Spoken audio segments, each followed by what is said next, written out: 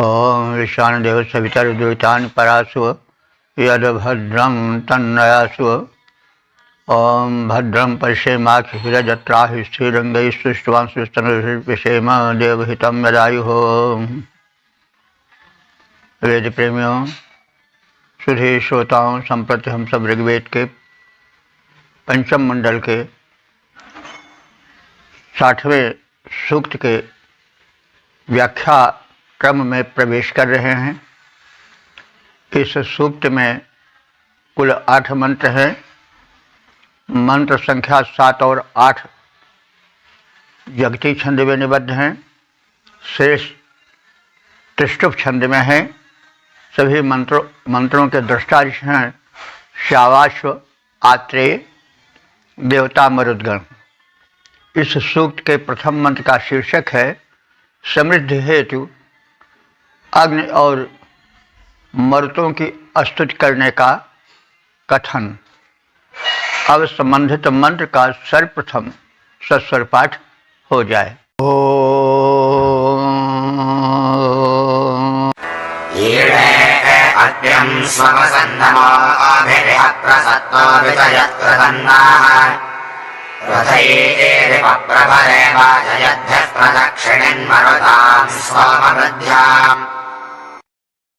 इस प्रथम मंत्र में सुख समृद्धि प्राप्ति हेतु अग्नि और मरुतों से स्तुति श्रवण और पूजा ग्रहण का अनुरोध है।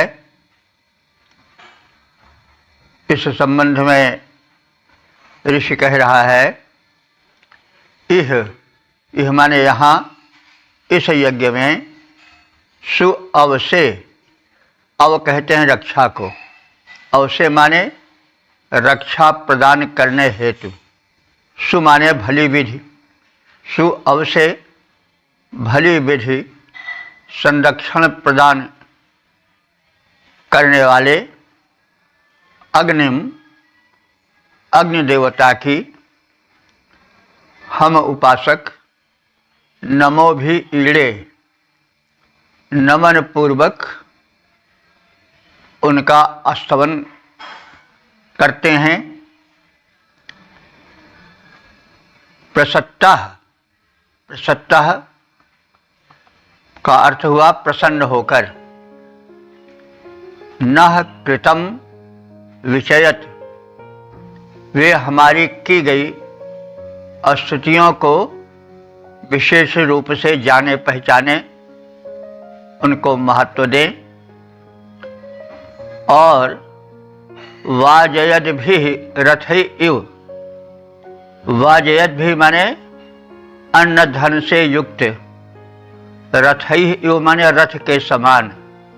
वाज शब्द जो है वो शक्ति के लिए भी आता है, वाज शब्द अन्न के लिए भी आता है।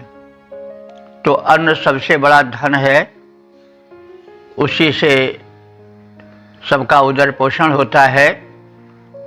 और उदर पोषण के बाद अन्य बातें आती हैं। तो पर्याप्त अन्न होना प्रथम आवश्यक है, ताकि मनुष्य समृद्ध रहे। उसे भोजन के लिए ही सदैव संलग्न रखना पड़े। वह भोजन की समस्या से मुक्त होकर के, सुसंपन्न होकर के लोक कल्याण के लिए, मानवता की उन्नति के लिए, ज्ञान विज्ञान के अन्वेषण के लिए अपने को रिक्त रख सके, अपने को उसमें लगाने का समय प्राप्त कर सके। इसलिए कहा जा रहा है कि वाजयद भी रथैव, जैसे वह रथ जो कि अन्न धन से परिपूर्ण होता है, उसी के समान अग्नि देवता हमारे लिए उपयोगी सिद्ध हों। और मैं अथवा हम सब जो यजमान हैं, प्रभरम माने ऐश्वर्य से भर जाएं, परिपूर्ण हो जाएं। प्रदक्षिणित, प्रदक्षिणित माने चतुरता एवं कुशलता से, मरुताम स्तोत्रम यानी मरुतों से संबंधित स्तोत्र को, स्तुति को मैं कर रहा हूँ और उसके माध्यम से रिद्ध्याम हम सब समृद्ध हो सके। रिद्धि, रिद्धि से रिद्ध्याम हम लोग रिद्धि में, समृद्धि में प्रविष्ट हो सके, यानी पूर्ण संपन्न हो सके और मरुत हम सबको पूर्ण संपन्न बना सके। मैं इस यज्ञ में उत्तम रीति से रक्षा करने वाले अग्नि की नमन पूर्वक स्तुति करता हूँ। वे अग्निदेव प्रसन्न होकर हमारी स्तुतियों को सुने, हम सबको ऐश्वर्य से आपूरित रथों के समान सुख और समृद्धि प्रदान करें और हम सब ऐश्वर्यों से परिपूर्ण हो जाएं। मरुतों से प्रार्थना है कि वे हमारे स्तोत्र को, स्तुतियों को सुने और स्तुतियों के माध्यम से वे हमें संपन्न बनावें, हम संपन्न जीवन व्यतीत कर सकें।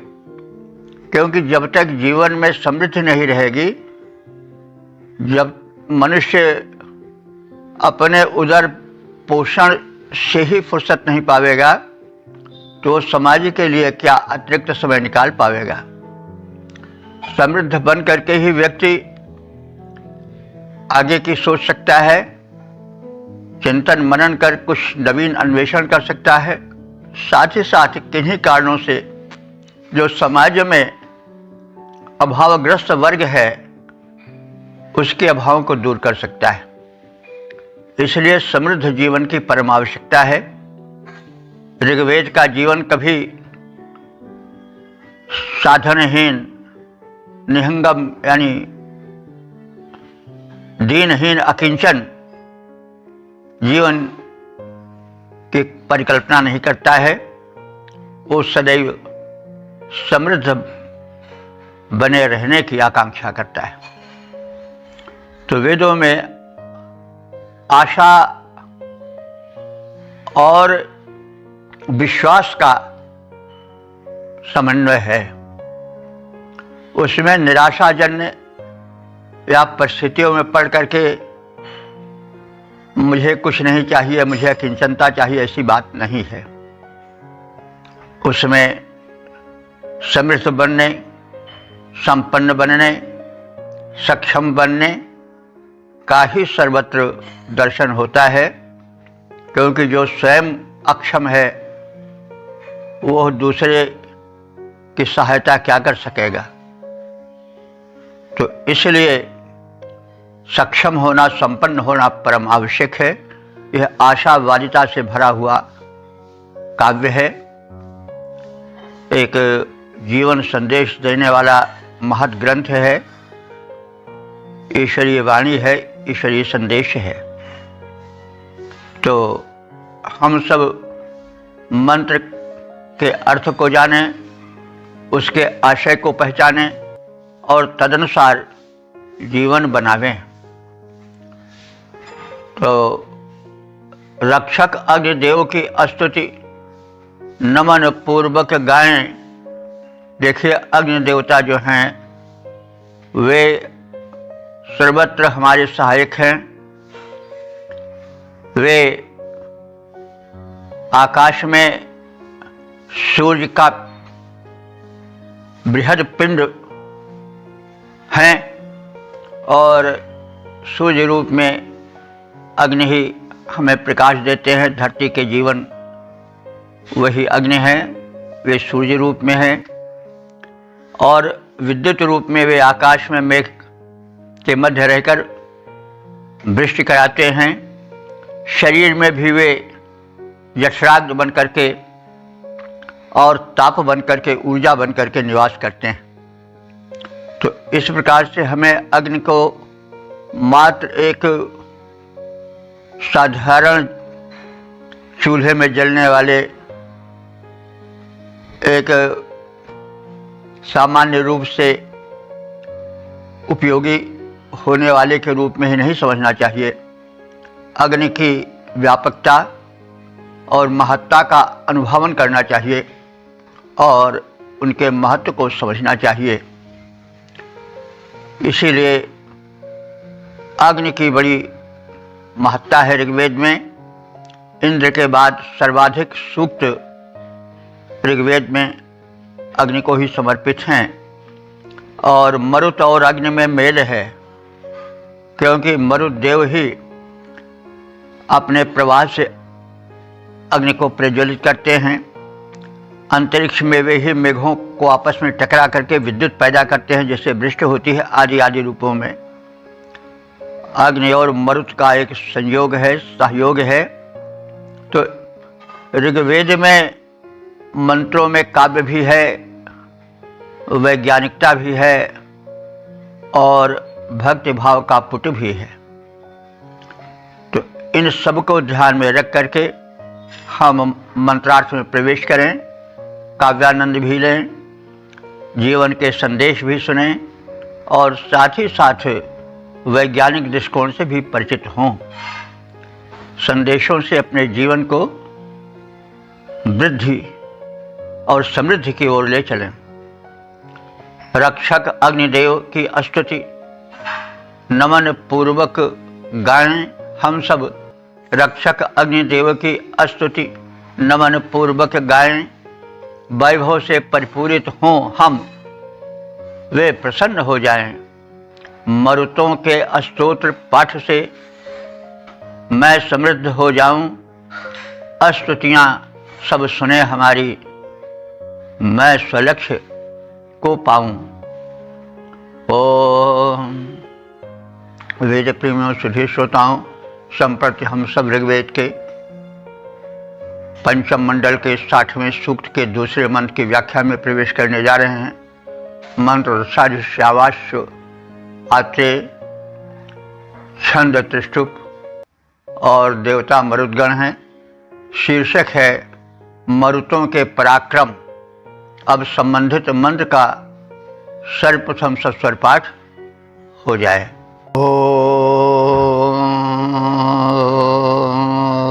आयेतस्थः प्रशतेषु श्रुतासु सुखेषु रुद्रा मरुतो रथेषु वनाचिदुग्राजिहते निवोऽभिजा पृथिवी छिद्रयजते पर्वतश्चित्। इस दूसरे मंत्र में मरुत गणों का जो प्रारूप प्रस्तुत किया गया है वह सावन भादों के महीने में जो अंतरिक्ष में मेघ मंडलों की उमड़ घुमड़ होती है, जो घन गर्जन होता है, तर्जन होता है और जो तीव्र गति से पवन का प्रवाह होता है, उसी की झलक दिखाई गई है। काव्य में, भाषा में प्रकट है, यह बात अलग है। तो जब घन गर्जन करते हैं, बिजली तड़पती है और बादल चारों ओर से आपस में टकराते हैं, वज्रपात होता है, उस समय का जो दृश्य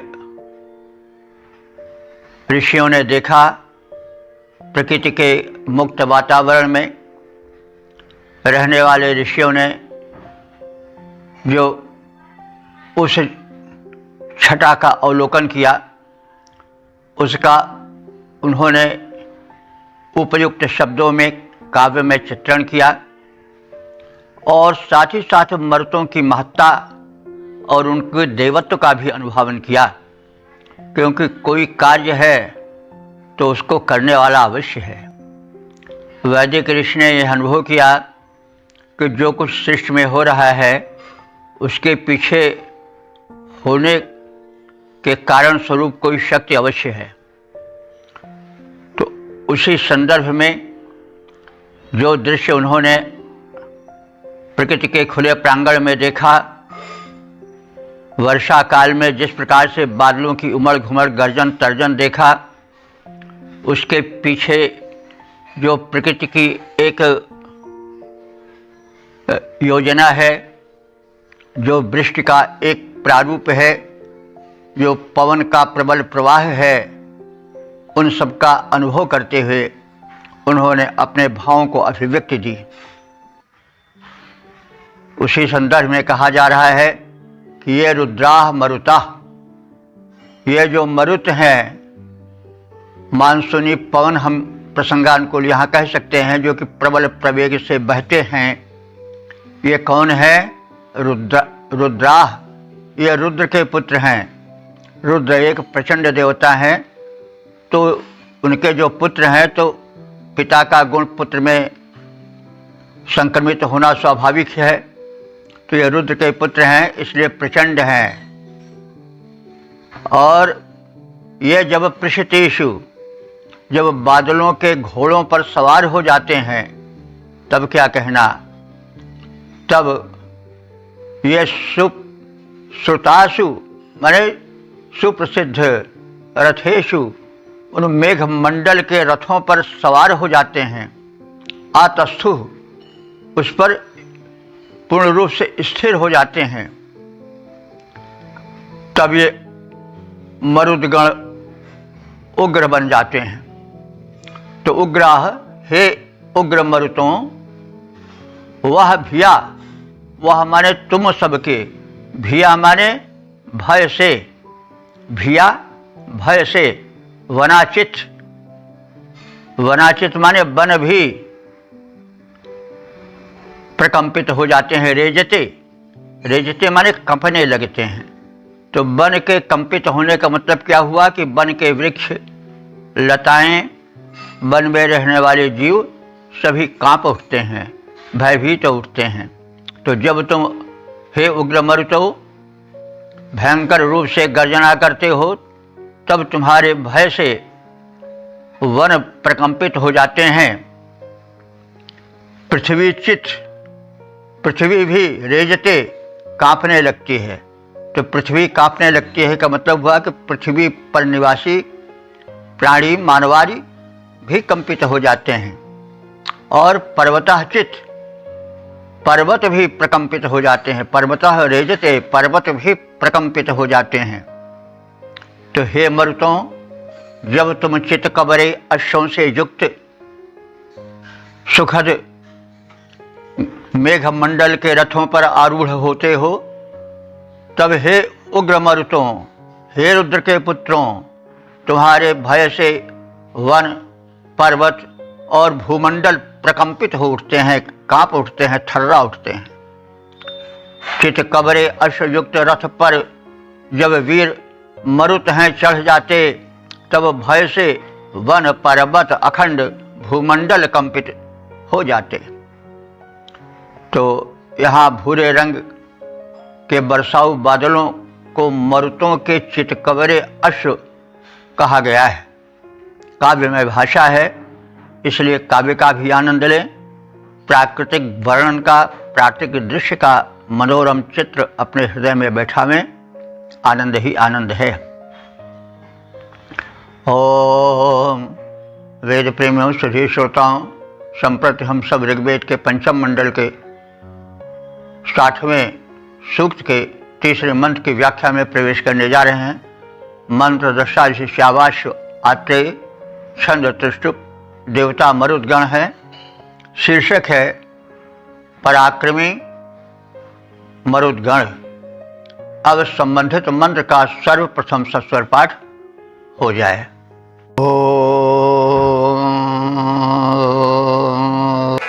पर्वतश्चिन्महि वृद्धो विभाजतिमश्चित्सानुरेजतस्वनेवाः यत्क्रीडथमरुतरिष्टिमन्त आप इव सध्र्यञ्चोदमध्वे। इस तीसरे मंत्र में वर्षाकालीन मरुदगणों की भाग दौड़ और उनके प्रहार से सिहरते हुए, उद्घोष करते हुए मेघों का और उस गुरु गर्जन से, उद्घोष से प्रकंपित हुए वनस्थली का गिर के ऊंचे श्रृंगों का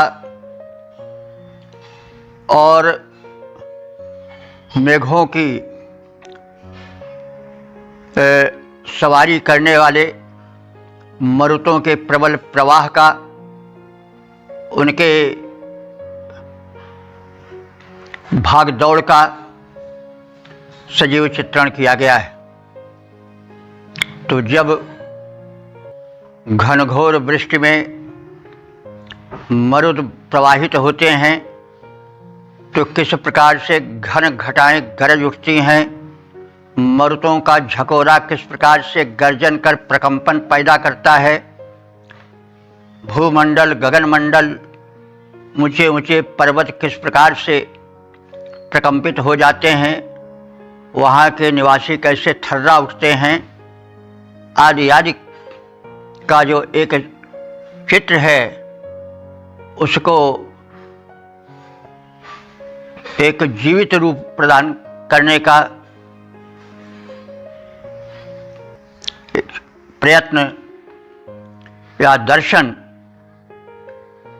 इस मंत्र में किया जा सकता है। तो हे मरुदगणों, वह सुने, वह हमारे तुम सबके स्वन कहते हैं ध्वनि को, उद्घोष को। जब तुम घनघोर वृष्टि काल में घनघोर उद्घोष करते हो तो महिवृद्धा चित पर्वतः, तो महिवृद्धा माने महि कहते हैं बहुत अधिक महिमाशाली, वृद्धा माने बढ़े हुए, यानी जो बहुत अधिक ऊंचे ऊंचे पर्वत हैं वे भी कंप जाते हैं और भयभीत से दिखाई पड़ते हैं, विभय डर से भर जाते हैं।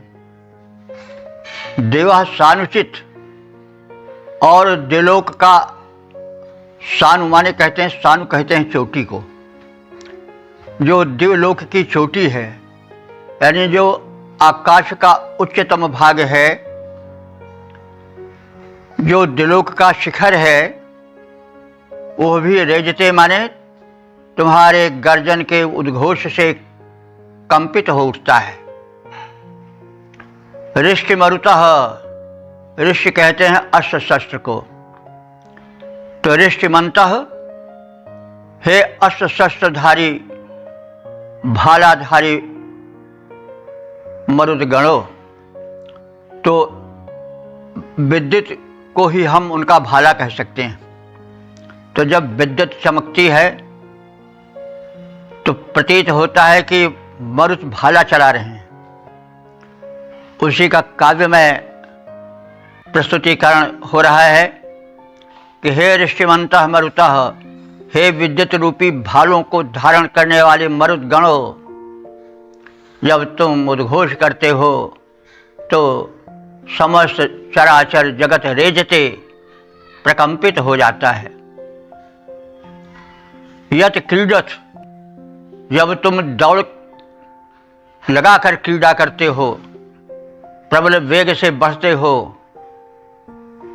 वो कैसा प्रतीत होता है कि आपह युव, जैसे वृष्टि काल में प्रबल वेग से प्रवाहित होता हुआ जल प्रवाह कल कल करता हुआ भागता दिखाई पड़ता है, वैसे तुम गगन मंडल में प्रबल वेग से दौड़ते हुए दिखाई देते हो। यही तुम्हारी क्रीड़ा है, यही तुम्हारा धावन का खेल है। दौड़ भी एक खेल के अंतर्गत आता है। तो हे मरुदगण, जब तुम प्रबल जल प्रवाह की भांति वेग पूर्वक गगन मंडल में दौड़ लगाकर एक खेल से प्रस्तुत करते हो, तो जब तुम सब प्रयंचा माने एक साथ धवध्य माने दौड़ लगाते हो, तब संसार प्रकंपित हो जाता है। तुम रुद्र के पुत्र हो, भयंकर हो, और गगन मंडल में जो मेघों के साथ तुम्हारा क्रीड़ा क्रम चलता है, गर्जन तर्जन चलता है, घनघोर उद्घोष होता है वो प्रकंपन पैदा करने वाला होता है। हे मरुतों,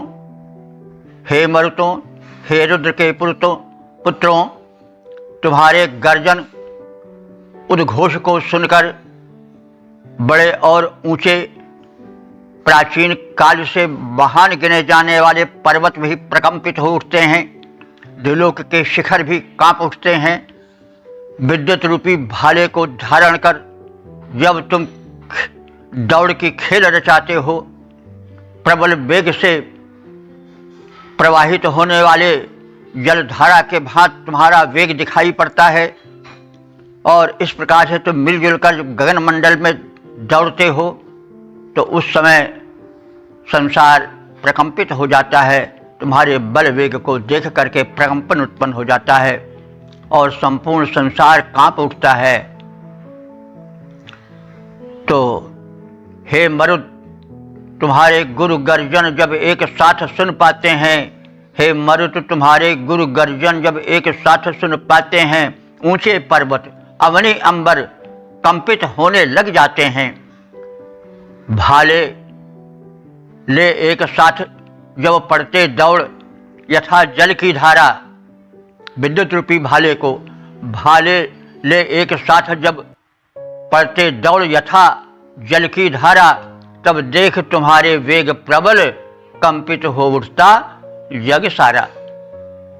तो यह है वर्षा ऋतु में घनघोर मेघों की उमड़ घुमड़ के मध्य दौड़ लगाते हुए घोर झंझावात के रूप में जब पवन दिखाई पड़ते हैं, जब उनका अनुभवन होता है, तब जो दृश्य भाव उमड़ते हैं उसका सजीव चित्रण इस मंत्र में हुआ है। तो हिंदी काव्य तो भरा हुआ है प्रकृति वर्णन से, कहाँ तक कहा जाए। थोड़ा तुलसीदास जी ने जो वर्षा का वर्णन किया है उसकी दो एक चौपाई देख लें। बाली वध के पश्चात वर्षा ऋतु आती है। वर्षा ऋतु को बिताने के लिए राम लक्ष्मण सहित प्रवर्षण नाम के पहाड़ पर रहने लगते हैं। वर्षा ऋतु आती है, मेघों के गर्जन तर्जन को देख करके राम लक्ष्मण से कहते हैं कि घन घमंड नभ गर्जत घोरा, प्रियाहीन डरपत मन मोरा। अब देख लीजिए, तुलसीदास जी ने भी कहा कि राम ऐसे बलि भी कांप उठते हैं, तो उनके वियोग का काल है। तो घन घमंड गर्जत नभ घोरा, प्रियाहीन डरपत मन मोरा, राम भी उस समय डर जाते हैं। और सिमिट सिमिट जल भरहि तलावा, जिम सद्गुण सज्जन पहयावा। विद्युत चमक रही घन माही, खल के पेट जथा थिर नहीं। बुंद अघात सहहि गिर कैसे, बुंद अघात सहहि गिर कैसे, खल के बचन संत सह जैसे। ये उनकी उपदेशात्मक प्रणाली है, लेकिन यह देखने योग्य है कि वर्षा काल में राम ऐसा धीर पराक्रमी भी प्रकंपित हो जाता है। खैर, वो विरह से, सीता के विरह से जुड़ा हुआ है, लेकिन प्रकंपन का एक दृश्य तो उपस्थित ही होता है। हे मरुत, तुम्हारे गुरु गर्जन जब एक साथ सुन पाते हैं, ऊंचे पर्वत अवनी अंबर कंपित होने लग जाते हैं। भाले ले एक साथ जब पड़ते दौड़ यथा जल की धारा, तब देख तुम्हारा वेग प्रबल कंपित हो उठता जग सारा। तो मरुदगणों का चक्रवातीय रूप और उसकी झलक मानसूनी प्रारूप का एक सजीव चित्रण इस मंत्र में देखा जा सकता है। ओम वेद प्रेमियों, सुधी श्रोताओं, संप्रति हम सब ऋग्वेद के पंचम मंडल के 60वें सूक्त के चौथे मंत्र की व्याख्या में प्रवेश करने जा रहे हैं। मंत्र शावाश आत्रेय, छंद तुष्टुप देवता मरुदगण हैं। शीर्षक है संगठित तेजस्वी मरुदगण। अब संबंधित मंत्र का सर्वप्रथम सब स्वर पाठ हो जाए।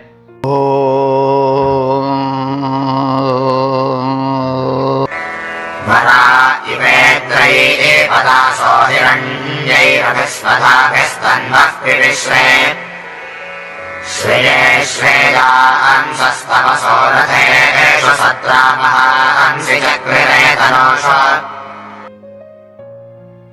इस चौथे मंत्र में मरुतों का मनोहर रूप दिखाया गया है।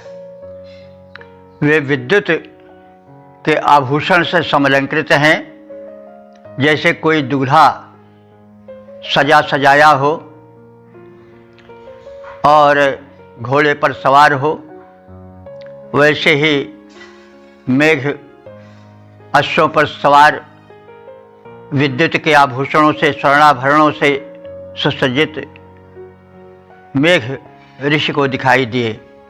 तो पिछले मंत्र में तो उनका उग्र रूप दिखाया गया है, लेकिन इसमें उनका मनोहर रूप भी प्रदर्शित है। तो दृष्टि है उधर पिछले मंत्र में मरुतों का उग्र रूप, लेकिन इस मंत्र में उनका मनोरम रूप और उसकी छटा का दर्शन है। इसमें बताया गया है कि वे एक दूल्हे की तरह प्रतीत हो रहे हैं, जिनका कि शरीर स्वर्णाभरणों से, गहनों से सुसज्जित है। तो इसमें मेघों का कोमल रूप, सुशोभन रूप चित्रित है। तो रैवतासा वराहयु, रैवत कहते हैं धनी संपन्न, वराह माने दूल्हों की तरह, वर माने वर दूल्हा, यु माने तरह। तो ये मरुदगण आकाश में विद्युतों के मध्य ऐसे प्रतीत होते हैं मानो किसी धनी घराने का कोई सजा हुआ दूल्हा हो। रैवतासा, रैवत धन को कहते हैं, रैवतासा माने धनी, वराहयु माने धनी, किसी धनिक संपन्न घर में जैसे सजा हुआ दूल्हा प्रतीत हो, वैसे ये विद्युत के आभूषण धारण करने वाले, स्वर्णिम हार धारण करने वाले मेघ प्रतीत हो रहे हैं। श्रेय माने इनकी शोभा बड़ी आकर्षक प्रतीत हो रही है। तो ये प्रकृति का मनोरम चित्रण है। हिरण्यई स्वधा भी, ये विद्युत के स्वर्णिम हार से अलंकृत हैं और इनका मुखमंडल तेजस्वी है, इसलिए इनकी आभा और बढ़ जाती है। तन्नः पिपिष्ये, अपने शरीर को ये विधिवत सजाए हुए सुशोभन प्रतीत हो रहे हैं। श्रेयांशः माने कल्याणकारी, ये अतुलित छवि पा रहे हैं। तवसा बलशाली रथेषु सत्रा, तवसा माने जो है होता है शक्तिशाली। ये मेघों के रथ पर सवार हैं और सत्रा माने एक साथ ये सारे मरुदगण बराती की तरह और दूल्हे की तरह चल रहे हैं। 49 मरुत हैं। अब इसी में समझ लिया जाए कि एक दल बल है, जैसे बारात में जा रहे हों लोग, वैसे ये मेघारूढ़, मेघों के अश्वों पर आरूढ़ होकर के चल रहे हैं। सब अलंकृत हैं, विद्युत रूपी स्वर्ण आभरण धारण किए हुए हैं और सब एक साथ चल रहे हैं। 49 मरुत इस समय एकत्र होकर के बारातियों की तरह सुशोभित हो रहे हैं। इसमें से एक कोई दूल्हा है, तो दूल्हा जो प्रभंजन यानी मानसूनी पवन है, खास तौर से उसको हम दूल्हा मान सकते हैं। और जो और गण हैं 7 के 49 संख्यक, उनमें से 48 उनके बाराती के रूप में देखे जा सकते हैं। तो ये बड़े तवसा माने सबके सब बलशाली हैं, सबके सब सुशोभित हैं, सबके सब तेजस्वी हैं। ये घन घटाओं के रथ पर बैठकर चल रहे हैं और तनुषु महांश चक्रे, इनके शरीरों में परम तेज प्रतीत हो रहा है। ये तेजस्वी हैं और तेज की धारा प्रवाहित हो रही है इनके शरीरों से। एक तो ये स्वयं पुष्ट हैं, दूसरे प्रसन्न हैं, इनका मुखमंडल और चमक रहा है जब बारात सजी हुई है तो फिर उस समय तो हर के मुख पर मुस्कान होती ही है। तो इसलिए ये मेघ, ये मरुत वृष्टि काल में कैसे सुशोभित होते हैं, जैसे कोई दूल्हा हो उसके साथ बाराती हो सुशोभित हों। तो ये प्रकृति का मनोरम चित्रण है। कभी कभी उग्र होता है, कभी कभी मनोरम होता है प्रकृति का चित्र। तो पिछले मंत्र में तो उनका उग्र रूप था और यहाँ इनका मनोहर रूप है। तो ऋग्वेद एक काव्य भी है, पश्य देवस्य काव्यम यो न ममार न जीरियति। यह देव काव्य देखो जो कि नित्य तरुण रहता है, न कोई मृत होता है न कोई वृद्ध होता है। ये त्रिकाल व्यापित एक रूप में रहने वाला वेद है। वेद मंत्र न कभी बूढ़े हुए न होंगे। इनकी उपयोगिता समान रूप से, इनकी महत्ता समान रूप से हर युग में बनी है। प्रत्येक युग में इनसे शिक्षा ली जा सकती है, इनमें काव्य में आनंद लिया जा सकता है, इनमें वैज्ञानिक छटा देखी जा सकती है, इनमें उत्तम प्रकृति चित्रण का अनुभवन किया जा सकता है। तो वेद मंत्र अपने में परिपूर्ण है। तो जैसे संपन्न दूल्हा शोभार्थ अपने शरीर को सजाता है, वैसे मरुदगण भी अलंकृत हुए अपने तेजों से बड़े ही सुशोभित हो रहे हैं। ये कल्याणकारी हैं और बलशाली मरुदगण घन घटा रूपी रथों पर सवार होकर साथ साथ चल रहे हैं और अपने शरीरों से महत तेज प्रकाशित कर रहे हैं। इनका शरीर तेज से परिपूर्ण है, जिससे संपूर्ण वातावरण तेजस्विता से भरा हुआ प्रतीत होता है। दूल्हा संपन्न स्वर्ण मंडित शोभार्थ सजाता तन जैसे, दूल्हा संपन्न स्वर्ण मंडित शोभार्थ सजाता तन जैसे, ये मरुत भूषणों से स्वतेज, ये मरुत भूषणों से स्वतेज से देह सजाते हैं, वैसे मंगलमय मरुत संगठित हो रथ पर जब शोभा पाते हैं, वे एक साथ बैठे बैठे अतुलित छवि से भर जाते हैं। ओम वेद प्रेमियों, सुधीर श्रोताओं, संप्रति हम सब ऋग्वेद के पंचम मंडल के 60वें सूक्त के 5वें मंत्र की व्याख्या में प्रवेश करने जा रहे हैं। मंत्र दृष्टा जिससे आवाज आते छंद त्रिष्टुप देवता मरुदगण हैं। शीर्षक है मरुतों का प्रशंसित भाईचारा। अब संबंधित मंत्र का सर्वप्रथम सस्वर पाठ हो जाए।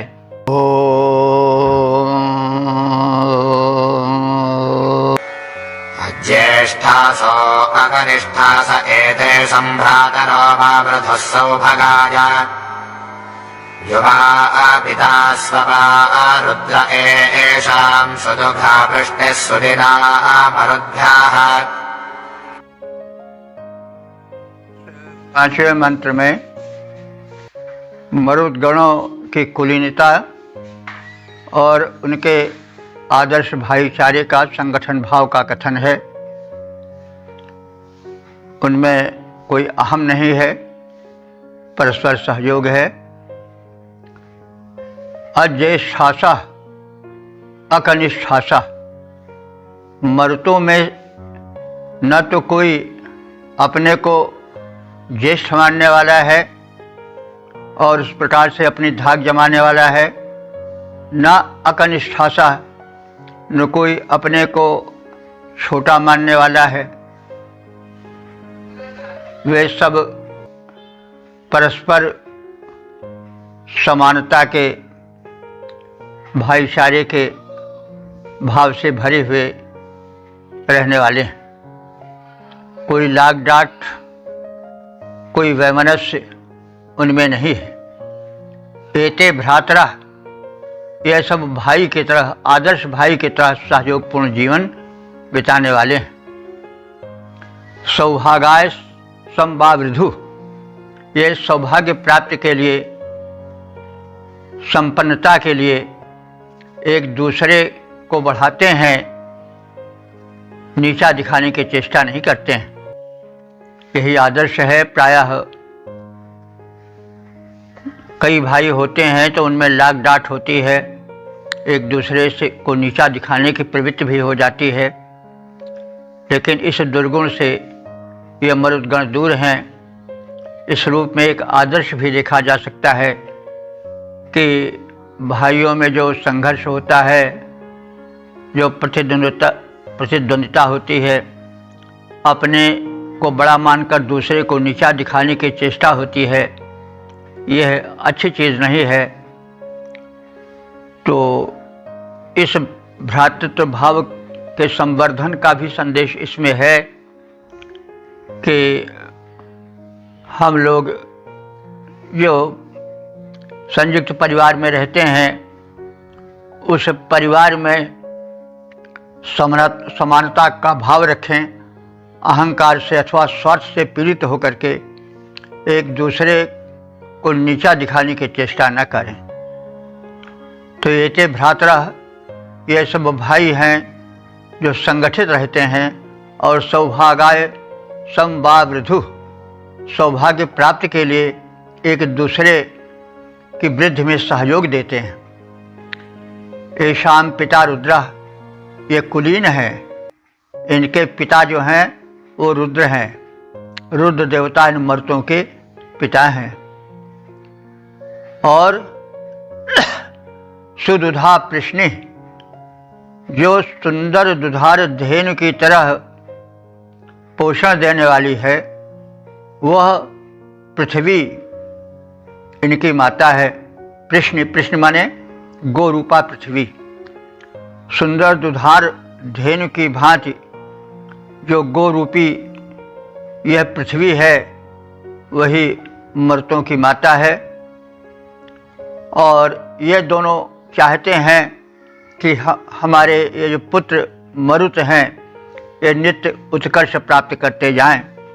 मरुद्भ्यः, इन मरुतों के लिए ये माता पिता रुद्र और पृथ्वी सदैव सुदिना, इनके लिए उत्तम दिनों की कामना करते हैं और इनके दिन उत्तम रहें, कभी अधम या निम्न स्थिति में ना आए, इस हेतु इनके माता पिता सचेष्ट रहते हैं।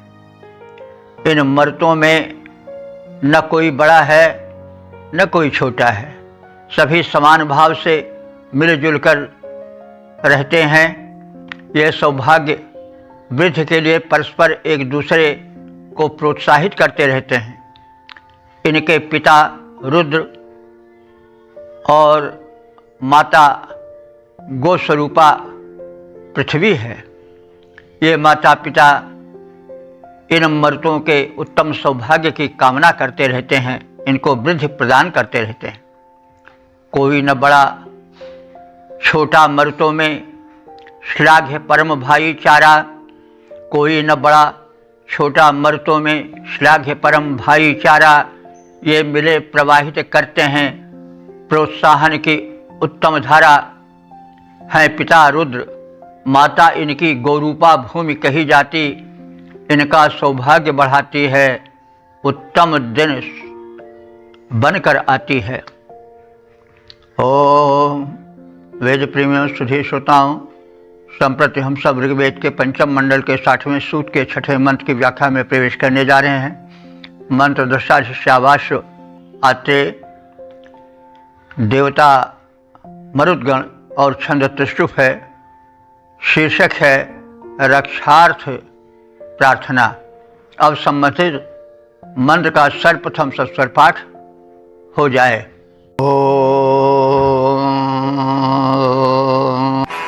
यदुत्तमे भरतो मध्यमे भाजत्वापमे सुभगासो दिविष्ठा अतो नो रुद्रा उतपान्वा अस्याग्ने वित्ताद्धविषो यज्ञजाम।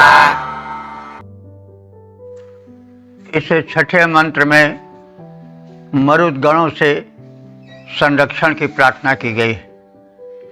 उनके प्रबल बल का कथन पूर्व मंत्रों में है, तो सबल ही संरक्षण देने में सक्षम हो सकता है, उसी से सहायता मांगनी भी चाहिए।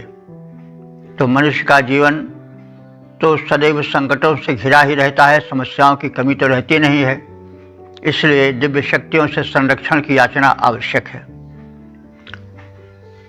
मर्तों के वैशिष्ट का कथन करता हुआ ऋषि कह रहा है कि शुभगासः मरुतः, हे सौभाग्यशाली मरुदगणों, यत् जो तुम उत्तमे मध्यमे अवसे वा देवी। तुम भले ही उत्तम लोकों में हो अथवा मध्यम लोकों में यानी पृथ्वी लोक में हो अथवा नीचे के लोक में पाताल लोक में हो, तो त्रिलोक में जहाँ कहीं भी हो, हे रुद्राह, हे रुद्र के पुत्रों मरुतों, अतः ना, वहाँ से आकर हमारी रक्षा करो। अग्ने, हे अग्निदेव, यत यजाम, जो कुछ हम श्रद्धापूर्वक तुम्हें चढ़ाते हैं, तुम्हारी पूजा करते हैं, अस्य हविषा, उस हमारे हविष्यान्न को, उस हमारे नैवेद्य को, पूजन सामग्री को, वित्तात माने तुम भावपूर्वक उसको पहचानो, यानी हमारे भावपूर्ण समर्पण को समझो और उसे स्वीकार करो।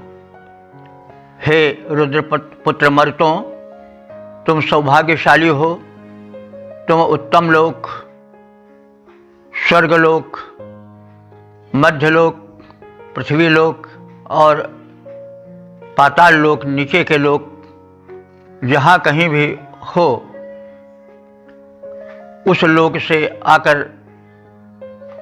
हमें रक्षा प्रदान करो। हे अग्निदेव, हमारी दी गई आहुतियों को विधिवत जानो, भाव को पहचानो और स्वीकार करो।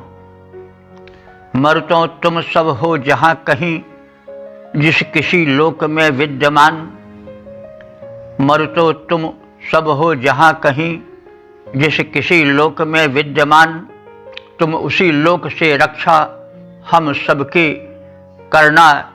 हे बल निधान, हे अग्नि देवता दीप्तिमान, जो आहुति हमने की प्रदान है, यही प्रार्थना हम सबकी, उन सबका रखो पूर्ण ध्यान। ओम। वेद प्रेमियों सभी श्रोताओं, संप्रति हम सब ऋग्वेद के पंचम मंडल के 60वें सूक्त के 7वें मंत्र की व्याख्या में प्रवेश करने जा रहे हैं। मंत्र दृष्टा शाबाश वात्रे, छंद जगती, देवता मरुदगण। शीर्षक है वैभव हेतु प्रार्थना। अब संबंधित मंत्र का सर्वप्रथम सस्वर पाठ हो जाए।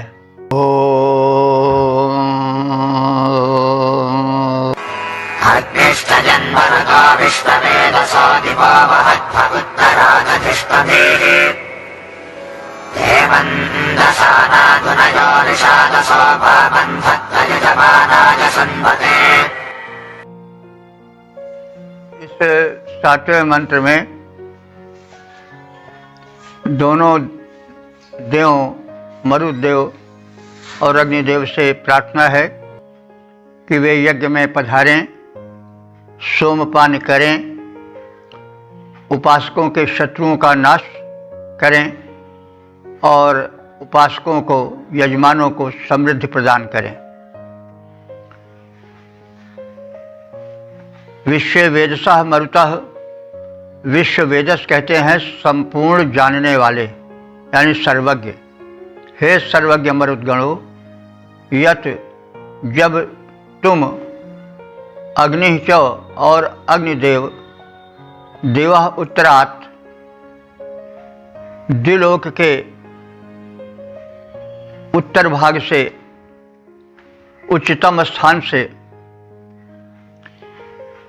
अस्तुभि वरध्वे श्रेष्ठ घोड़ों पर बैठकर आते हो, मंदसानः और हम सब आराधकों द्वारा प्रस्तुत किए गए, मंदसानः माने आनंदप्रद सोम रस का सानंद पान करते हो, तो तुम दोनों प्रसन्न देव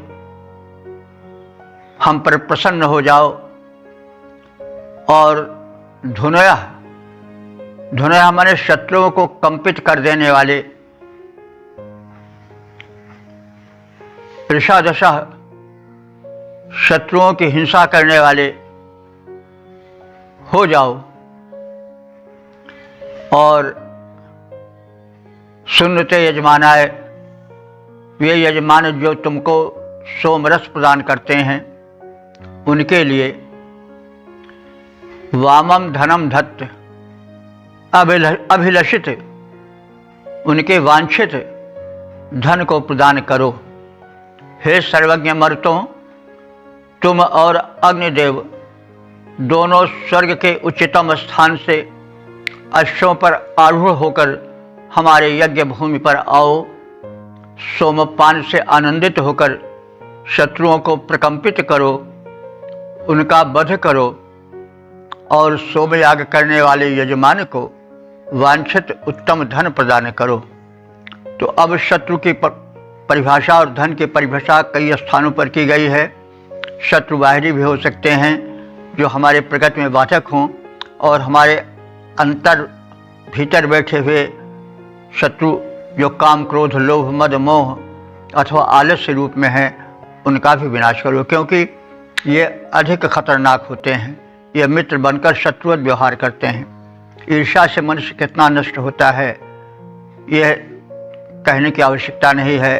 इनसे ईर्ष्या से, द्वेष से, क्रोध से जो इंजाइम्स निकलते हैं वे शरीर को प्रदूषित कर देते हैं, रक्त को वे जहरीला बना देते हैं।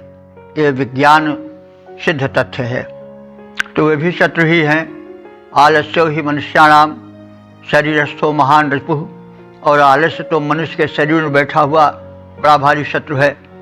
तो शत्रु की परिभाषा हमें दूर तक करनी चाहिए। वे शत्रु हमारे हो सकते हैं जो मानव रूप में हमारी राह रोक रहे हों, प्रगति में बाधा बन रहे हों। वे तो शत्रु हैं, लेकिन वे भी शत्रु हैं जो हमारे अपने बनकर हमें धोखा देते हैं या हमारे जीवन को कष्ट में बनाते हैं। जैसे रोग है, वो हमें कितना कष्ट देता है, कराहती हुई जिंदगी देता है, निद्रा छीन लेता है, दुर्बलता दे जाता है, असमर्थ और अपंग बना देता है। तो हमारा सबसे बड़ा शत्रु है। तो रोग, शोक, छल, कपट, द्वेष, काम, क्रोध, ये सब शत्रु ही हैं, या आंतरिक शत्रु हैं, आलस्य, तो आदि सब शत्रु ही हैं। तो हमें शत्रुत्व की परिभाषा और मित्रत्व की परिभाषा व्यापक रूप से करनी चाहिए। तो हे सर्वज्ञ मरुतों, तुम और अग्निदेव दोनों स्वर्ग के उच्चतम स्थान से अश्वों पर आरूढ़ होकर के हमारे यज्ञ भूमि, कर्म भूमि पर पधारो। सोमपान यानी हमारे द्वारा प्रस्तुत जो नैवेद्य है उसको आनंदित होकर ग्रहण करो और हमारे शत्रुओं को प्रकंपित कर दो, उनका वध कर दो, और सोमयाग करने वाले यजमान को वांछित उत्तम धन प्रदान करो। सर्वज्ञ मरुत, तुम और अग्नि जो स्वर्ग लोक में विद्यमान अश्वों पर हो आरूढ़, चलो छोड़ो वह उच्चतम स्थान। प्रिय सोमपान से हर्षित हो, अरियों को कर कंपायमान, उनका वध करो।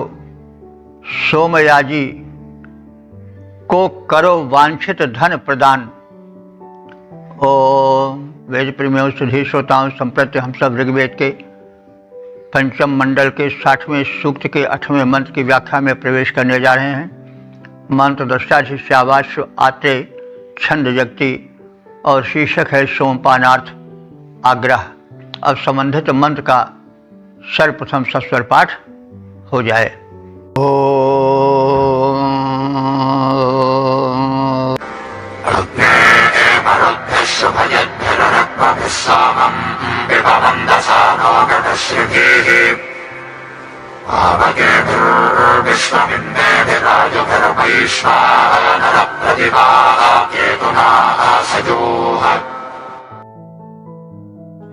मंत्र में जो समापन का मंत्र है उसमें मरुतों के साथ मिलकर अग्निदेव से सोमपान का अनुरोध है। तो मरुत के विषय में बहुत कुछ हम लोग जान चुके हैं। मरुत जो है एक पवन के प्रवाह हैं। इनके 49 रूप हैं, 49 संख्या है और मरुतों का शिष्ट संरक्षण में, संवर्धन में बहुत अधिक महत्व है। ये एक और वृष्टि आदि करा करके, बादल को बरसाऊ बना करके धरती की प्यास बुझाते हैं, फसलों को उगाते हैं, धरती को संपन्न करते हैं और दूसरी ओर शरीरों में प्राणवायु बनकर अपना एक कोमल रूप दिखाते हैं और शरीर का संरक्षण करते हैं। तो वायु शक्ति और अग्नि शक्ति शरीर में जितनी ही तीव्र रहेगी, शरीर उतना ही स्वस्थ और शक्तिशाली होगा। जब वायु तत्व क्षीण हो जाता है, प्राण शक्ति क्षीण हो जाती है, और जब अग्नि तत्व क्षीण हो जाता है तो शरीर रोग का, बुढ़ापे का शिकार बन जाता है, और जब वो क्षीणता अपने चरम पर पहुंचती है तो मृत्यु का आगमन हो जाता है। तो इसलिए मरुत और अग्नि का सहयोग बहुत आवश्यक है और ये एक दूसरे के सहयोगी हैं। जब मरुत शरीर को ही मान लीजिए, जब प्राण शक्ति तीव्र रहती है तो अग्नि शक्ति भी तीव्र रहती है, और जब अग्नि जठराग्नि तीव्र होती है तो प्राण शक्ति भी तीव्र होती है। इसलिए दोनों जो है एक दूसरे के सहयोगी हैं। मरुत सखा भी कहा गया है इनको, अग्नि को, तो इन दोनों में सख्य है। तो इनसे मिली जुली प्रार्थना है। तो इनके विषय में कहा जा रहा है कि वैश्वानर अग्नि, हे विश्व के नायक अग्नि देवता। वैश्वानर माने नर माने नेतृत्व करता, और विश्व से वैश्व बना है, संसार भर का जो नेतृत्व करे वो वैश्वानर है। तो ये जो है संसार के नायक हैं, नेतृत्व करने वाले हैं अग्निदेव। अग्निदेव हैं तभी तो शरीर में उष्णता है, अग्निदेव हैं तभी घर में उजाला है, अग्निदेव हैं तभी वृष्टि है। तो अग्नि का बड़ा व्यापक महत्व है, इसलिए ये विश्व के नायक कहे गए हैं। विश्व को आगे ले चलने वाले, प्रगतिशील बनाने वाले, जीवन प्रदायक कहे गए हैं।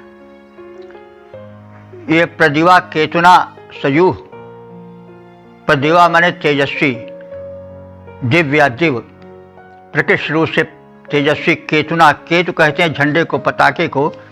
तो ये केतयति माने जताता है कि हमारा स्वरूप ये है, केतु। तो जो पताका है वो बता देता है कि भाई हम ये हैं या इससे संबंधित हैं। उसी तरह से अग्नि का केतु क्या होगा, उसकी लपटें, लपट ही बताती है कि देखो हम अग्नि हैं, या उसका तेज बताता है कि हम अग्नि हैं।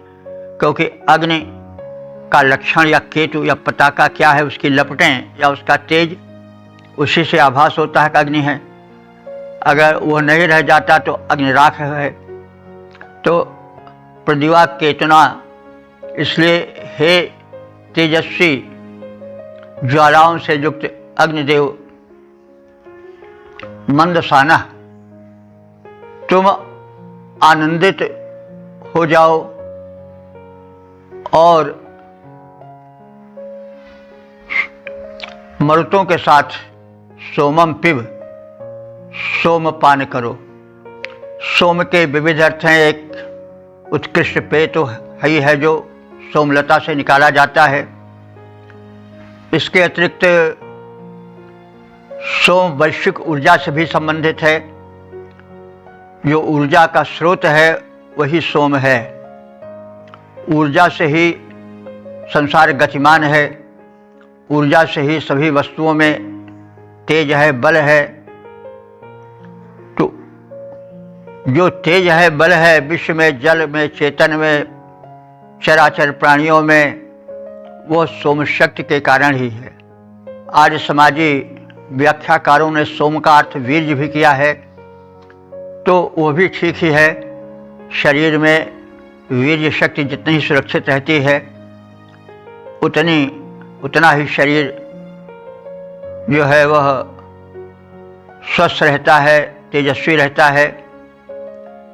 वीर शक्ति की ओर इस समय नहीं ध्यान दिया जाता। लोग जब जीवनी शक्ति की, इम्यूनिटी पावर की चर्चा करते हैं तो तरह तरह के आसन, व्यायाम, प्राणायाम और आहार आदि की चर्चा करते हैं, लेकिन मुख्य रूप से इम्यूनिटी पावर की चर्चा नहीं करते हैं और उसका सोम से, वीर्य से कोई संबंध नहीं जोड़ते हैं। ये दुर्भाग्य है। हम तो इस विषय में प्राय देखते रहते हैं और विचार भी करते रहते हैं कि वीर्य शक्ति को मनुष्य बहुत इस समय बड़ा कम महत्व देता है और कोई उपदेशक या वैद्य बताता भी नहीं कि वीर्य शक्ति का इतना महत्व है। डॉक्टर तो बिल्कुल नहीं बताते हैं। आयुर्वेद में तो वीर्य शक्ति का कथन किया गया है, लेकिन वैद्य भी उसके प्रति उतने सचेत नहीं रहते। तो सोम जो है वो अंतिम पाचन है धातुओं का, यही तेज बनता है, यही इम्यूनिटी पावर बनता है। तो बहरहाल सोमपान करो। तो सोमरस जो ऊर्जा का स्रोत है, जो मुख्य नैवेद्य है यज्ञ का, उसको पान करने का अनुरोध है। साथ ही साथ अगर हम शरीरस्थ अग्नि को माने, शरीरस्थ प्राणवायु को माने, तो वो भी जब सोम शक्ति पाती है, वीर्य शक्ति पाती है, तो वो शरीर भी सक्रिय और सतेज होती है। तो उसमें बैठे हुए अग्नि और प्राण रूप में विराजमान मरुदेव भी उस वीर्य शक्ति से शक्ति ग्रहण करें, ऊर्जा ग्रहण करें, शरीर में तेज ओज बनकर लहराएं। हम चाहें तो यह अर्थ भी ले सकते हैं। तो कहा जा रहा है कि हे विश्व के नायक अग्निदेव, आप अपने तेजस्वी ज्वालाओं से युक्त होकर मंदसाना माने प्रसन्न होकर के सोमम पिब, सोम का पान करो। केन सह, किसके साथ है? मर्तों के साथ। तो कीदृशै मर्तै सह, किन प्रकार या किस प्रकृति के मर्तों के साथ? जो शुभयद भी शरीरों को सुशोभित करने वाले हैं। मरुदगण शरीरों को सुशोभित करने वाले हैं, यानी शरीर में ऊर्जा बन करके, प्राण शक्ति बन करके सुशोभित करने वाले हैं मरुदगण। और कैसे हैं? ऋक् भी तेजों से परिपूर्ण हैं। और कैसे हैं? गण श्री भी, गणों का आश्रय लेकर रहने वाले हैं, यानी ये सब संयुक्त भाव से रहने वाले हैं। पावके भी माने पवित्र करने वाले हैं। देखिए, पावक का अर्थ तो प्रचलित है अग्नि, लेकिन पावक शब्द का जो है पौधन अकह, पावकः बनता है। तो जो पवित्र करे वह पावक है। तो प्रायः यह अग्नि शब्द के लिए रूढ़ हो गया है। लेकिन जो पवित्र करे वह प्रत्येक वस्तु पावक है। शब्द के अर्थ के अनुसार अगर हम चलें तो ये मरुदगण पवित्र करने वाले हैं। जहाँ पर वायु का संपर्क रहता है वहाँ चीज़ पवित्र रहती है, जहाँ वायु नहीं पहुँच पाता वहाँ सड़ांध आ जाती है। तो अग्नि भी पवित्र करती है और जो मरुदगण हैं ये भी पवित्र करते हैं। तो यहाँ पर पावके भी आया है मरुतों के लिए कि मरुदगण, वे मरुदगण जो कि पवित्र करने वाले हैं, उनके साथ तुम सोमपान करो। और ये मरुदगण कैसे हैं? विश्वम, इनमें भी संपूर्ण विश्व को तृप्त करने वाले हैं अपने अनुदानों द्वारा। आयु भी मरुद भी, ये मनुष्य की आयुओं को बढ़ाने वाले हैं।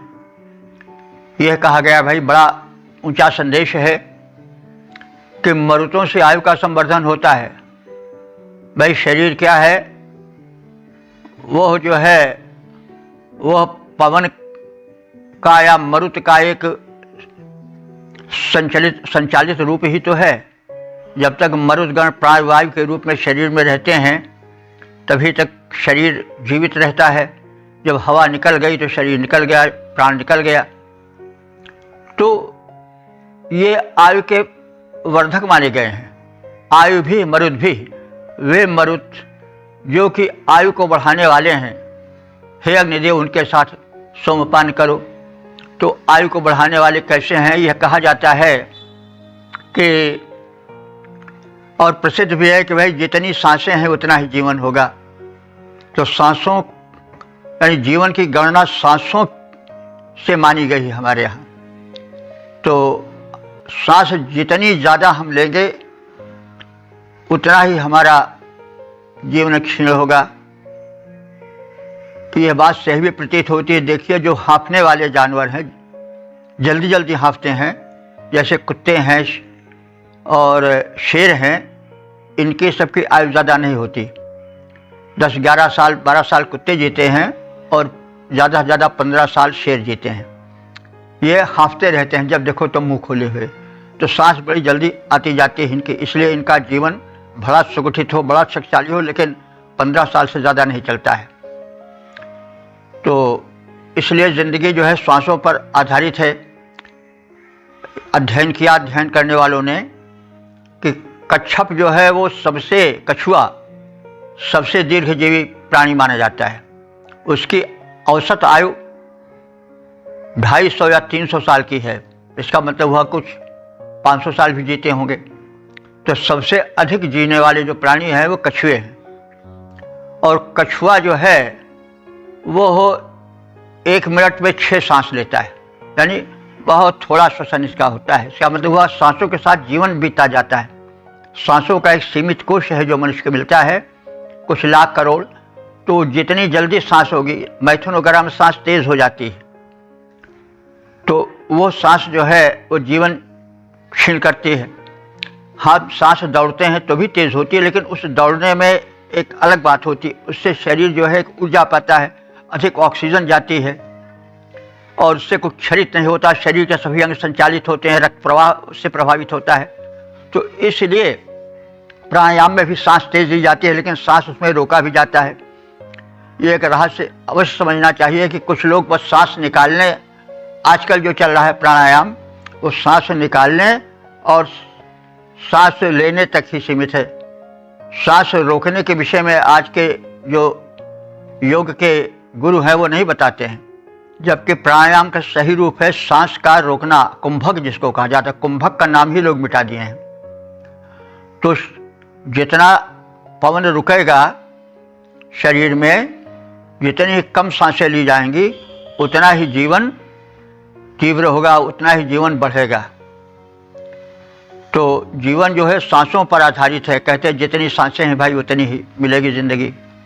तो इसीलिए मरुदों को कहा गया है कि मरुद जो है आयु को बढ़ाने वाले हैं। आयु भी मरुद भी। और अगर हवा शुद्ध होती है, आबो हवा को हम सुनते हैं, तो भी ज़िंदगी बढ़ती है। प्रदूषण में ज़िंदगी क्षीण होती है और अधिक सांसें लेने से भी ज़िंदगी क्षीण होती जाती है। जिसको हाफा का रोग होता है वो बड़ी जल्दी मरता है। तो आयु भी मरुद भी। इसलिए हे अग्निदेव, तुम आयु प्रदाता मरुतों के साथ सोमपान करो। सोमपान वही ऊर्जा का पान और वही अमृत है। सोम अमृत को भी कहा जाता है, सोम रस को तो आप सब जानते ही हैं। तो यहाँ सोम यानी इस जीवन जग में तुम सोमपान करो। हे अग्निदेव, किसके साथ? मरुतों के साथ। मरुतों का विशेषण बताया गया, मरुत क्या है, कैसे हैं, क्या प्रारूप है, ये बताया गया है। तो हे संपूर्ण विश्व के नायक अग्निदेव, तेजस्वी ज्वालाओं से युक्त होकर आनंदित होते हुए शरीरों को सुशोभित करने वाले, तेजों से युक्त होकर गणों का आश्रय लेकर रहने वाले, संपूर्ण विश्व को पवित्र करने वाले, आयु की वृद्धि करने वाले मरुतों के साथ सोमपान करो। ये सब विशेषण मरुत के हैं। तो हे संपूर्ण विश्व के नायक अग्निदेव, तेजस्वी ज्वालाओं से युक्त होकर सोमपान करो। तेजस्वी ज्वाला और विश्व के नायक, यह तो अग्नि का विशेषण है, लेकिन शेष विशेषण जो हैं वो किनके हैं? मरुदगणों के। मरुदगण कैसे हैं? शरीरों को सुशोभित करने वाले हैं, तेजस्वी बनाने वाले हैं। और कैसे हैं, गणों के साथ आश्रय लेकर यानी भिन्न भिन्न रूपों में मरुत व्याप्त रहते हैं और अपने अपने ढंग से अलग अलग रक्षण करने। शरीर में भी 5 पंच प्राण होते हैं, कुछ लोग 10 प्राण कहते हैं, प्राण अपान व्यान समान उदान आदि। तो ये शरीर के संरक्षण में संलग्न रहते हैं, अंतर जगत के और बाह्य जगत में दोनों में इनका योगदान रहता है संरक्षण का। तो ये जो मरुदगण हैं वो तेज को बढ़ाने वाले हैं और ये गणों के साथ मानव जीवन को आश्रय देने वाले हैं, धरती में जीवन की सुरक्षा करने वाले हैं, संपूर्ण विश्व को पवित्र करने वाले हैं, आयु की वृद्धि करने वाले हैं। ऐसे मरुदगण जो हैं उनके साथ हे अग्निदेव तुम तेज संपन्न हो और विश्व के नायक हो, आकर के सोमपान करो। संपूर्ण नियंता अग्निदेव तेजस्वी बन करके महान उन संघ भाव से पूर्ण मरुत के संग करो मिल सोमपान। जो तेजस्वी, जो संघबद्ध सज्जित तेज सुभग सज्जित तन सुभग बनाते हैं, जो तेजस्वी, जो संघबद्ध सज्जित तन सुभग बनाते हैं, जो मरुत करें सबको पवित्र, जो जन की आयु बढ़ाते हैं। ऐसे मरुदगणों के साथ हे अग्निदेव तुम हमारे इस कर्म यज्ञ में सोमपान करो, ऐसा आपसे आग्रह है। तो इस प्रकार से हमने इस सूक्त के समापन वाले 8वें मंत्र में जो निहित विज्ञान है, जो निहित संदेश है, जो एक सोमपान का आग्रह है आदि को जानने की चेष्टा की। तो अब हम इस सूक्त के विषय में संक्षिप्त जान लें। यह तो हम जान ही चुके हैं कि ऋग्वेद के पंचम मंडल का 60वां सूक्त है। इसमें 8 मंत्र हैं। मंत्र संख्या 7-8 जगती में है, शेष त्रिष्टुप में है, देवता मरुदगण हैं। अब तक के जो मंत्र व्याख्यायित हो चुके हैं उनकी संख्या 4176 हो चुकी है।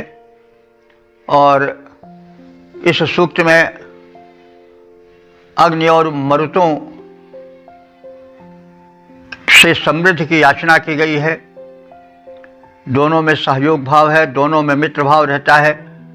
जहाँ पवन रहते हैं वहीं अग्नि भी बढ़ती है रहती है, जहाँ अग्नि नहीं रहते वहाँ पवन नहीं रहता है, जहाँ पवन नहीं रहते हैं वहाँ अग्नि नहीं रहती है। ये दोनों में मतलब एक सख्य बताया गया है, परम निकट का संबंध इस विषय में कहा जा चुका है। वैसे आप देखें दीपक जला करके, और दीपक को अगर ढक दें ऑक्सीजन ना आने पावे तो दीपक बुझ जाएगा। दीपक जलाइए और उसको अगर ढक दीजिए, ऑक्सीजन नहीं पहुंचेगा तो दीपक की लौ बुझ जाएगी। तो यह मैत्री है, एक के बिना दूसरा नहीं रह सकता है। तो यह इन अग्नि और मर्तों में मैत्री भाव है। इन दोनों के सहयोग से जो है वो समृद्धि बढ़ती है। अग्नि और मरुत जब शरीर में सतेज रहते हैं, जब शरीर में सक्रिय रहते हैं तो मनुष्य में तेज बढ़ता है और शक्ति बढ़ती है, ऊर्जा बढ़ती है। तो मनुष्य में कार्य क्षमता बढ़ती है और उसके साथ ही साथ समृद्धि अपने आप आती है। तो इस प्रकार से इनकी उपासना का मतलब हुआ कि इनका आप सेवन करें, अग्नि का सेवन करें। अग्नि के विविध रूप हैं, जहाँ ऊष्मा है, जहाँ तेज है वो सब अग्नि है। सूर्य में भी अग्नि है और उनकी किरणों में विटामिन डी का बहुत व्यापक समावेश रहता है। तो बहरहाल अग्नि के विविध प्रारूप हैं, यह सब आप सब जानते हैं। तो अग्नि और मरुत इन दोनों का सहयोग है और इनके महत्व को देख करके इनसे प्रार्थना की गई है कि हमारे जीवन को पवित्र बनावे, हमारे जीवन को पराक्रमी बनावे, हमारे जीवन को श्रमशील बनावे, हम में सामर्थ्य लावे। तो यह बात तो यूँ कही गई है, लेकिन इसके भीतर का विज्ञान भी है, उस पर भी हमें ध्यान देना चाहिए। और शक्ति की प्रार्थना करके हम शक्ति के समीप आते हैं और उस शक्ति का संक्रमण हमारे शरीर में होता है। इसलिए उपासना कहा गया है। उप आसन, जब समीप हम आसन लगाते हैं यानी उससे जुड़ जाते हैं, अपने को संयुक्त कर लेते हैं, तो उस शक्ति विशेष, उस देव विशेष के गुण जो हैं या शक्ति जो है, ऊर्जा जो है, उपासक में संक्रमित होने लगती है। यही उपासना का, प्रार्थना का महत्व है। तो उनके पराक्रम का ध्यान करेंगे, उनकी महत्ता का ध्यान करेंगे, उनकी उपयोगिता का ध्यान करेंगे, तो हम सावधान रहेंगे और उनसे निकट के संबंध जोड़ेंगे। तो मर्तों में संगठित भाव भी है, भाईचारा भी है। इसको कह करके संदेश भी दिया गया है कि हम सब हैं, भाई भाई बनकर रहें, वसुधैव कुटुंबकम की भावना भरें और मेल जोल से रहें, क्योंकि संघर्ष से शक्ति का क्षरण होता है। मतलब यदि संगठन का भाव हो जाता है, फूट पड़ जाती है, तो शक्ति क्षीण होने लगती है। तो मरुतों में संगठन भाव दिखाया गया है, इसलिए संगठन भाव को बढ़ा करके हम अपनी शक्ति बढ़ावें।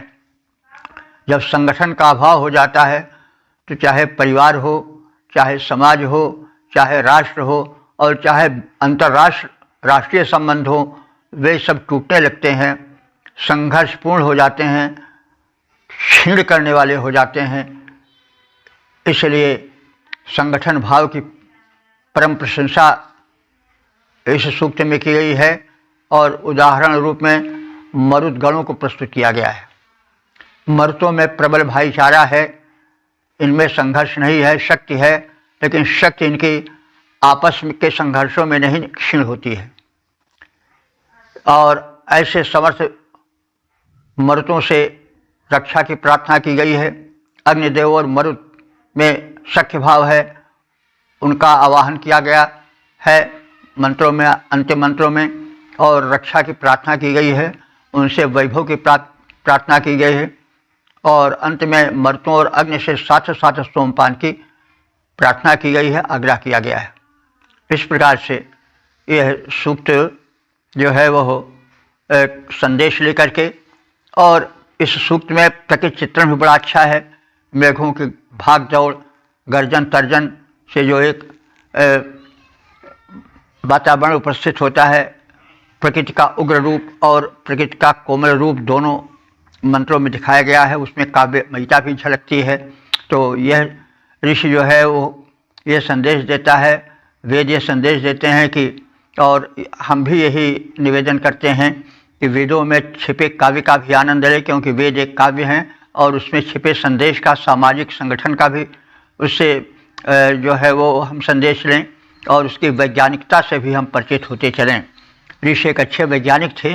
बात अलग है कि कहने के ढंग में कुछ ऐसी बात आ गई है कि कोई बात बड़ी स्पष्ट नहीं हो पाती है, हम उसी को स्पष्ट करने की चेष्टा करते हैं, और आप सब अधिक उसको समझें, तो कहना थोड़ा, समझना अधिक, कुछ हम समझें, कुछ आप समझें, और आप अधिक समझें और वेद का प्रचार प्रसार करें। वेद से हमारा जीवन धन्य होगा, व्यक्तिगत जीवन धन्य होगा, परिवार का, समाज का, राष्ट्र का, और अंत में अंतर्राष्ट्र का संबंध होगा, पुष्टि और सुख और शांति की वर्षा होगी। मानव को भी बहुत कुछ करना है। अभी तो एक छोटे से ग्रह पृथ्वी पर हम रह रहे हैं, इसी से अपने को संतुष्ट मान करके इसी में फूले नहीं समा रहे हैं, लेकिन पृथ्वी तो ब्रह्मांड के विस्तार में, यह समुद्र के किनारे विशाल बालू का राशि हो और उसमें एक कण का जो स्थान है वही व्यापक ब्रह्मांड में पृथ्वी का स्थान है। तो हमको तो चाहिए कि हम अंतर्ग्रही संबंध बनावें। मंगल लोक में क्या है, बुध लोक में क्या है, अन्य लोकों में क्या है, जहाँ यह तो मान चुका है विज्ञान भी कि तमाम ऐसे लोक हैं जहाँ की सभ्यताएं विकसित हैं। कुछ ऐसे भी लोग हो सकते हैं जहाँ की मानव से अधिक वैज्ञानिक बुद्धि वाले और दीर्घजीवी लोग रहते हों।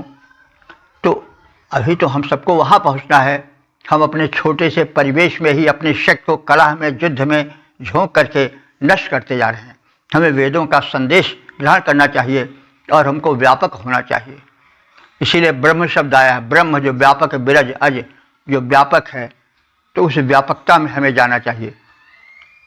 हमें असत से सत्य की ओर चलना चाहिए। हमें छोटे से संकुचित से व्यापकता की ओर कदम बढ़ाना है। अभी मानवता को बहुत कुछ करना है। हम अपने छोटे दायरे में संघर्ष करके अपने को मेटे नहीं। यह वेद का संदेश है। और हम उस संदेश को ग्रहण कर वेदामृत का पान करें, स्वयं धन्य बने और लोगों को, राष्ट्र को, अंतर्राष्ट्रीय संबंध को पुष्ट करें, समृद्ध करें, सुशोभन बनावें। अपने अपने क्षेत्र में हम लोग सक्रिय रहें, सहयोग पूर्ण रहें जैसे मरुदगण हैं। तो किम अधिकम, सर्वे भवन्तु सुखिनः, सर्वे सन्तु निरामयाः, सर्वे भद्राणि पश्यन्तु, मा कश्चित् दुःखभाग् भवेत्।